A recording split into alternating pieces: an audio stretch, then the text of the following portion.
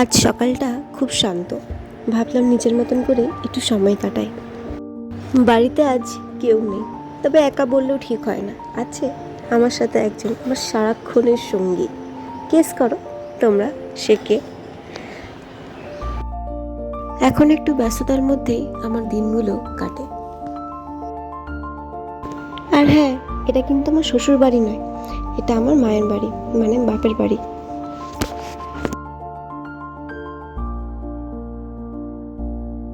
যাই হোক, অনেক কাজ হলো, এবার একটু চা বানিয়ে ফেলি। না না না, চাটা ঠিক নয়, আমি এটা খাই।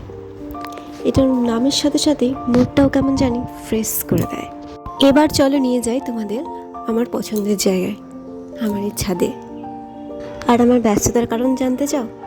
আমার মেয়ে, আমার সারাক্ষণের সঙ্গী। আজকের মতো এখানেই ভিডিও শেষ করলাম, টাটা।